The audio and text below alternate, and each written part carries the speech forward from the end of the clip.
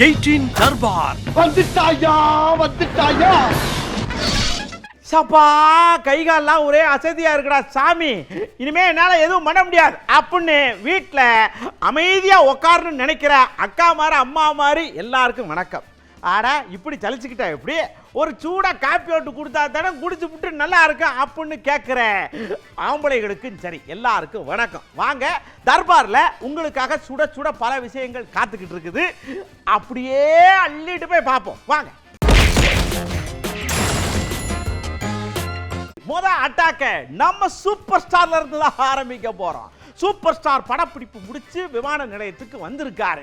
வழக்கம் போல நம்ம செய்தியாளர்கள் மைக்கு தூக்கிட்டு போய் ஐயா ஐயா அப்படின்னு படத்தை பத்தி கேட்பாங்க அப்படின்னு பார்த்தா லேசா வேற ஒரு விஷயத்தை பத்தி கேட்டிருக்காங்க. சூப்பர் ஸ்டார் டென்ஷன் ஆயிட்டாரு. அரசியல் கேள்வி கேட்காதீங்க சொல்லிருக்கேன். அரசியல் கேள்வி கேட்காதீங்க சொல்லிருக்கேன். அரசியல் கேள்வி கேட்காதீங்க சொல்லிருக்கேன். அரசியல் கேள்வி கேட்காதீங்க சொல்லிருக்கேன்.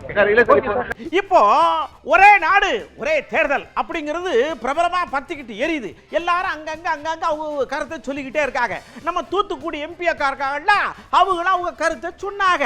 அப்படி சொல்லிட்டு இருக்கும் போது சடக்குன்னு இந்த உதயநிதி அப்படின்னு ஒரு கேள்வியை இழுத்ததா அக்கா சிரிச்சிட்டு நன்றி வணக்கம் அப்படின்ட்டு போயிட்டாங்களா. கொஞ்சம் கொஞ்சமாக எல்லாத்தையுமே பறிக்கணுங்கிற ஒரு எண்ணத்தோடையே அவங்க செயல்பட்டு கொண்டு இருப்பது. இன்னைக்கு தேர்தலும் இன்னைக்கு ஆட்சி பொறுப்பில் இருக்கக்கூடிய தேர்ந்தெடுக்கப்பட்ட ஆட்சிகள் 5 வருடம் முடியாத ஆட்சிகளோட நிலை என்ன, இந்த ஒரே தேர்தலால் மக்களுக்கு வரக்கூடிய பயன் என்ன, எதுவுமே இல்லாமல் அவங்களுக்கு எது லாபம் தரக்கூடிய ஒன்றாக இருக்குமோ அதை செய்யணும்னு நினைக்கிறது. தொடர்ந்து நம்முடைய முதலமைச்சர் அவர்களும் திராவிட முன்னேற்ற கழகமும் அதை எதிர்த்து கொண்டுதான் இருக்கிறது. உதயநிதி மற்றும் இன்பநிதி குடும்ப ஆட்சி தான் செஞ்சுட்டு இருக்காங்க. அடுத்ததாக இதே விஷயத்தை நம்ம ராஜகண்ணப்பன் ஐயா இருக்காரு இல்லையா, அவர்கிட்ட போய் கேட்ட உடனே துணை முதலமைச்சர் எப்ப சார் அறிவிக்க போறாங்க? அதெல்லாம் நீங்க அது அதனால முதலமைச்சர் எப்ப நினைக்கிறாரு அவர் செய்ய வேண்டிய இந்த மாதிரி செய்வார். அடுத்து நம்ம செம்மல ஐயா கொஞ்சம் காண்டுல இருக்காரு. என்ன காண்டு தெரியுமா, இந்த ஆளுங்கட்சி திமுக மேல அவருக்கு ஏற்கனவே கொஞ்சம் காண்ட இருக்கத்தான் செய்யுது. இதுல எரியிற நெய்யில எண்ணெயை ஊத்துறதுன்னு சொல்லுவாங்கல்ல, தீயில சடக்குன்னு சொல்லணும் நீங்க இது தீயின்னு, சரியா? அதாவது மதுக்கடைகளையும் நடத்தி கொண்டு மதுவின் மூலமாக விற்பனையை 45,000 50,000 கோடிக்கு உயர்த்துவதற்கு இவர்கள் திட்டம் போட்டுவிட்டு திரு திருமாவளவர்கள் நடத்துகிற மது ஒழிப்பு மாநாட்டிலே கலந்து கொள்ளுகிறார் என்று சொன்னால் அது எப்படி இருக்கிறது என்று சொன்னால் ஜீவகாருண்ய மாநாட்டிலே கசாப்பு கடைக்காரன் போய் கலந்து கொள்வதைப் போலத்தான் அவருடைய நிலைப்பாடு இருக்கிறது. எனவே இது ஏமாற்று வேலை. மீண்டும் திராவிட முன்னேற்ற கழகம் ஆட்சிக்கு வருவது என்பது நடவாத காரியம். எனவே இந்த ஆட்சிக்கு மக்கள் முற்றுப்புள்ளி வைப்பார்கள். அடுத்ததாக முன்னாள் சட்டத்துறை அமைச்சர் இருக்கார் இல்லையா, அவரு கொஞ்சம் ஏகத்துக்கும் முங்கியிருக்கார். நம்ம செம்மலையாவோட ஏகத்துக்கும் முங்கியிருக்கார். விஜய்க்கு திரைப்பட நடிகர் விஜய் புதுசாக கட்சி ஆரம்பிச்சிருக்கார். அவர் குறிச்சிக்கல 32 நிபந்தனைகள், அதோட மோசமான நிபந்தனை 100 பேர் 53 ஆண்டு காலம் இந்த தமிழ்நாட்டை ஆட்சி செய்த கட்சி நடத்தி கொண்டிருக்கின்ற அனைத்து இந்திய அண்ணா திராவிட முன்னேற்ற கழகம் 31 ஆண்டு காலம் ஆட்சி கட்டில் இருந்த ஒரு இயக்கத்தை ஆர்ப்பாட்டத்திற்கு நீங்கள் 200 பேர் தான் கலந்து கொள்ள வேண்டும். இப்படி எல்லா அரசியல்வாதிகளுமே தங்கள் நியாயமான கோரிக்கைகளை எடுத்து குவிரிட்டு இருக்கிற நேரத்தில் நம்ம அண்ணன் செந்தமிழர் அண்ணன் சரசரன் வந்து அவர் பங்குக்கு திமுகவை கிழின்னு கிழிச்சு நாரா உரிச்சு தொங்க விட்டுருக்காரு. இன்னைக்கு என்ன எப்படி தொங்க விட்டுருக்காருங்கிறத அப்படியே கையை கட்டி பார்ப்போம். நாட்டு மக்களுக்கே சொல்றோம், அது விஷம் என்று தெரிந்து நம்ம அருந்துறோம். அதை நிறுத்திடணும். நீங்க அதை திறந்து வச்சுக்கிட்டு நாட்டு மக்கள் நலன், இளைஞர் நலன், அது மேம்பாடு, விளையாட்டுத்துறை இதெல்லாம் செய்யறது அதெல்லாம் வச்சிருக்கிறது ரொம்ப பெரிய வேடிக்கை, ரொம்ப பெரிய கொடுமை. நீங்க சாராயம் வித்த காசுல எனக்கு நல்லது செய்யறதுன்னு எங்க அப்பனை குடிக்க வச்சுட்டு எங்க ஆத்தாவுக்கு 1000 ரூபாய் கொடுக்கறது மாதிரி ஒரு கொடுமை உலகத்தில் உண்டா? சொல்லுங்க. நீ ஆவின் பால் விக்கிறீல்ல, அரசு தமிழ்நாடு அரசு ஆவின் பால் விக்குதா இல்லையாங்கய்யா? அங்கயா மாடு அங்கயா? குஜராத் 50,000 கோடிக்கு பால் விக்குது, நீ 50,000 கோடிக்கு சாராயம் விக்கிற. குஜராத் விக்குதா இல்லையா? அப்புறம் அப்ப மாற்று பொருளாதாரத்துக்கு வா. 1 கிலோ தக்காளி 200 ரூபாய் குதிக்கிற, ஏன் விலையை வைக்க மாட்டேற? வேளாண்மை அரசு பண்ணியாக்க முடியாதா? அடுத்ததாக நம்ம பிஜேபியில இந்த அட்மினை வச்சு எது சொன்னாலும் அவர் தான் சொன்னாருன்னு சொல்லுவாங்கல்ல, அந்த தலைவர் அவருக்கு காங்கிரஸ்ல இருந்து ஏதோ கொஞ்சம் குடைச்சல் வந்திருக்கும் போல். என்ன சொல்றேன், நெருக்கடி நிலைன்னு கொண்டு வந்து எல்லா எதிர்கட்சி தலைவரையும் ஜெயில போட்டு தினந்தோறும் இந்தியா முன்னேறுகிறது பொய் பேசின பொய்க்கு பிறந்த கும்பல் இதெல்லாம் பேசலாமா? நான் பேச ஆரம்பிச்சேன். நான் 75லேருந்து ஆக்டிவ் பாலிடிக்ஸ்ல இருக்கிறவன். அதனால இந்த ஈவிகே சிவகோமனை விட வயதானவர் நினைச்சிட வேண்டாம். என்னை விட 15 வயசு அதிகமான நடக்க முடியாத நிலையில மகன் இறந்ததால் காலாவதியானவர் எம்எல்ஏ ஆனாரா? அப்படி இருக்கிறது அவரை என்னை பத்தி எல்லாம் பேசுறாருன்னு கேள்விப்பட்டேன். அதனால இந்த காங்கிரஸ்காரர்களுடைய பேச்சுக்கள் இந்த பாரத தேசத்திற்கே எதிராக இருக்கு. ஐயா, எவ்வளவு கூட்டம் தெரியுமா? சரியான கூட்டம். வரிசையில் நிக்காக. எதுக்கு? ரேஷன் கடையில் சீனி வாங்கவா, மண்ணெண்ணெய் வாங்கவா, அரிசி வாங்கவா? ஒன்றும் கிடையாது. இந்த குறிப்பிட்டெல்லாம் கேட்டோம்னு வச்சுக்கோங்க, ரேஷன் கடைனா என்னன்னே தெரியாது. இது ஊரா ஐபோன் வாங்குறதுக்குயா. இந்த ஐபோன்ல 16 சீரிஸ்னு என்னமோ விட்டுருக்காங்களாம். அதை வாங்குறதுக்கு முந்தி அடிச்சுட்டு நிக்காக. யாகியா இப்படி பண்ணிதிய?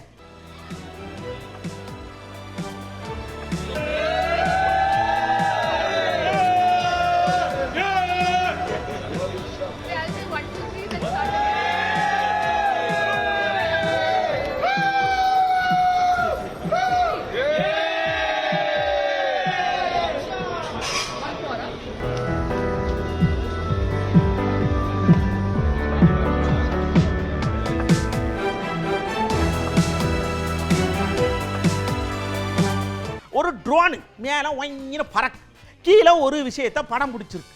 பார்த்தா ஒரு பாம்பு வளைஞ்சு வளைஞ்சு வளைஞ்சு வளைஞ்சு வளைஞ்சு வளைஞ்சு படுத்திருக்கு. ஒரு 600 மடிப்பு இருக்கும் போல் இருக்கு, அந்த அளவுக்கு படுத்திருக்கு. அப்புறமேட்டு உத்து பார்த்தா ஒரு மலையில ரோடு ஓட்டிருக்காங்க. அப்படி 600 கேர்பின் பெண்டுன்னு சொல்லுவாங்களா, கொண்ட ஊசி வளவுன்னு. அப்படிப்பட்ட வளவா மலைப்பாம்பு இல்ல, மலையான பாம்பு படுத்து கிடக்க மாதிரி இருக்கு. பாருங்க, நீங்களே ஆச்சரியத்தில் பேனு வாய பழப்பிய.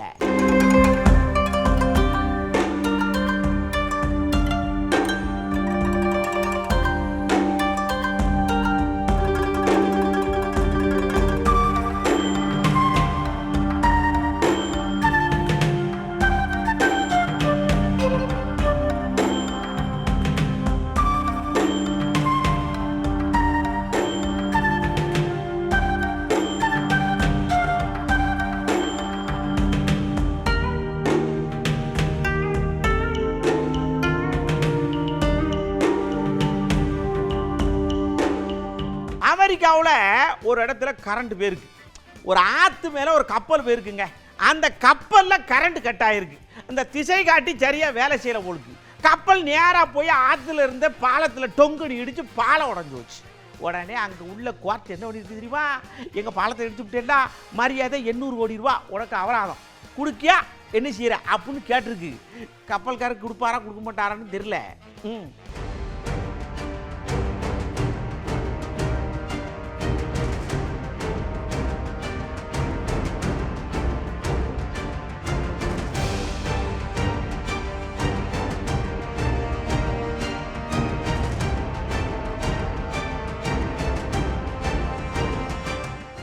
எல்லாத்துலயும் நாங்க பெரிய ஆயிட்டம் யா அப்படின்னு சொன்ன நாடு அமெரிக்கா. அவங்க ஊர்ல அடியில பைப்பை பதுக்க வச்சு அதுல கேஸை கொடுத்து தீயை பத்த வச்சு வீட்டில் சமைக்கலாம்.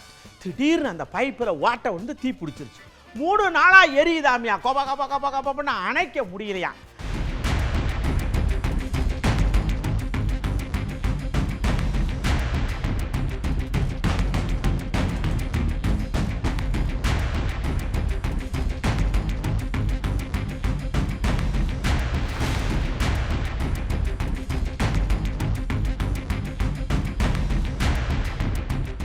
இப்போ நம்ம பார்க்க போகிறதும் அமெரிக்காவில் தான். ஹவாயின்னு ஒரு தீவு இருக்குங்க. அங்கே ஒரு எரிமலை இவ்வளோ நாள் தூங்கிட்டு இருந்திருக்கு. திடீர்னு என்ன நினச்சதோ ஏது நினச்சதோ தெரில, கப்பன்னு புகையை கக்கி டப்புன்னு வெடித்து நெருப்பு குழம்பெல்லாம் வெளியேற்றுறதுக்கு ரெடியாக இருக்குது.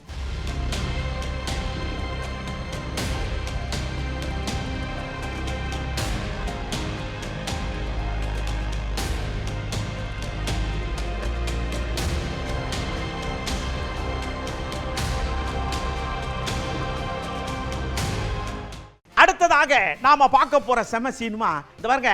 இந்த பக்கம் இடியே விழுந்தாலும் சரி, இந்த பக்கம் புயல் மழை பேஞ்சாலும் சரி, சோத்துக்கு அடிச்சுக்கிட்டு செத்தாலும் சரி, சில பேர் என் வேலையை நான் இதைத்தான் பார்ப்பேன் அப்படின்னு பார்ப்பாங்கல்ல, அது மாதிரி தான்.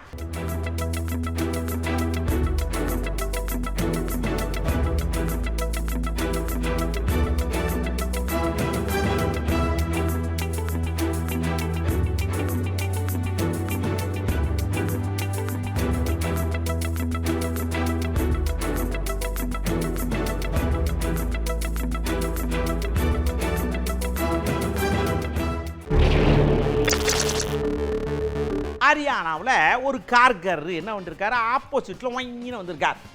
வளைவு வேற, சருன்னு திருப்பி இருக்கார். வண்டி என்ன வர போதா அப்படின்னு ஒரு பைக்கார தம்பி சரக்கு வந்தார். மோதி அங்கனக்குள்ளேயே அவர் இறந்து போனார்.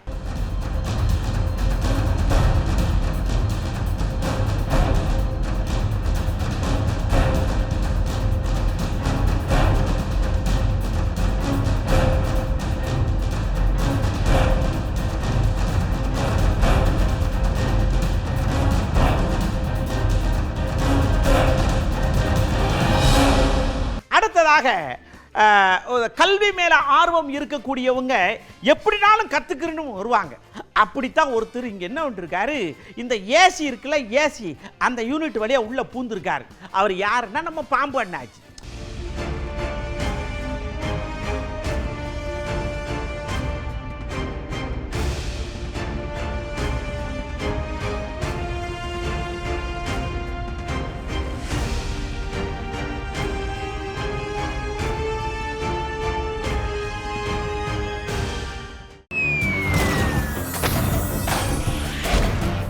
அடுத்து நாம பார்க்க போறது அழகிய உலகம். இப்படி சொன்ன உடனே படக்குன்னு சைனாவுக்கு தான் நம்ம போயே ஆகணும். ஏன்னா அங்கதான் ஏகப்பட்ட விஷயத்தை பண்ணி அழகா ஆக்கி விடுதாங்க. இந்த மலையில இருந்து குதிச்சு அப்படியே பறப்பாங்கல்ல, விங் சூட் போட்டு, அந்த விஷயத்தை பண்ணிருக்காங்க ஐயா.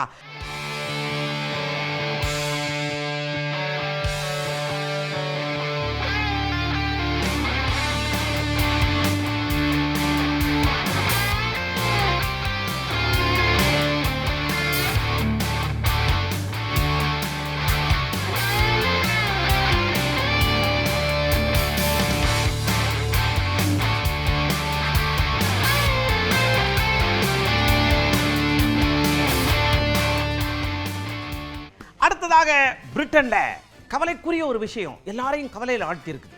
என்ன? சாப்பாடு இல்லையா, துணிமணி இல்லையா, பட்டர்ஃப்ளை குறைஞ்சிட்டு வருதாங்க. இந்த அழகான ஒரு உலகத்தில் பட்டர்ஃப்ளை எண்ணிக்கை குறைஞ்சிக்கிட்டு வருதே, என்னவா இருக்கும்? இயற்கைக்கு மாறா எதுவும் நடக்க போதோ என்னன்னு தெரியலையே. ஏன்னா வண்ணத்து பூச்சிகள் அழகா பறக்கும் போது தான் வசந்தமே இருக்கும் அப்படின்னு அவங்க நம்புறாங்க. நாமளும் நம்புறோம்ல. ஆனா வண்ணத்து பூச்சி இல்லைன்னா நாமெல்லாம் கவலைப்படுறதில்ல, அவங்க கவலைப்படுறாங்க. ஏதோ இருக்கும்.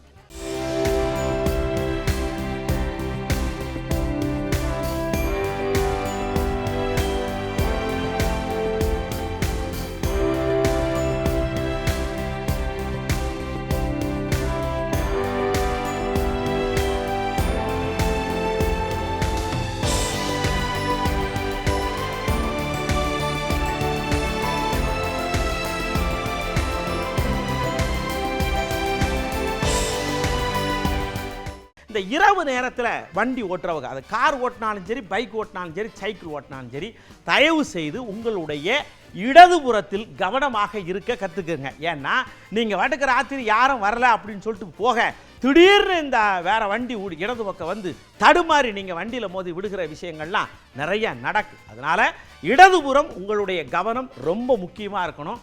குறிப்பாக இடதுபுறத்தில் போகிற மாதிரி நீங்கள் உங்களை பயணத்தை வச்சுக்கோங்க. இரவு நேரத்தில் ரொம்ப விழிப்புணர்வோட பயணம் இருக்கணும். சரிங்களா? சரி, அடுத்த தர்பாரில் இது மாதிரி ஏகப்பட்ட விஷயத்தோடு நான் உங்களை சந்திக்கிறேன். அது வரைக்கும் உங்களிடமிருந்து அன்போடும் பண்போடும் பாசத்தோடும் விடைபெற்றுக் கொள்வது உங்கள் அன்பு நண்பன் எழில். வணக்கம் மக்களே. 18 தர்பார் வந்துட்டாயா.